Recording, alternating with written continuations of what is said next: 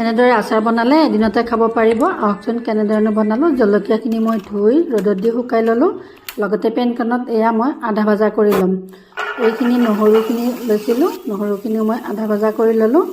এইখিনি আৰু আধা ভজা কৰি উঠাৰ পিছত মই ঠাণ্ডা হ'বলৈ দি মিক্সিৰ বাতি এটাত লৈ ল'লোঁ।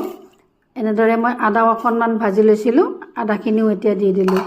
আদাখিনি দিয়াৰ পিছত ধুনীয়াকৈ পিচি এয়া আমাৰ হৈ গ'ল পিচাখিনিও।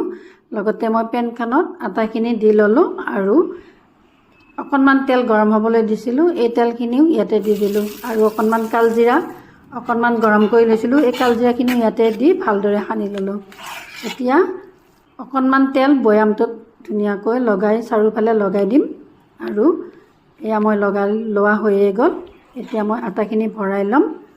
এনেদৰে কৰিলে ভালে থাকে আৰু বহুদিনলৈ খাবও পাৰি।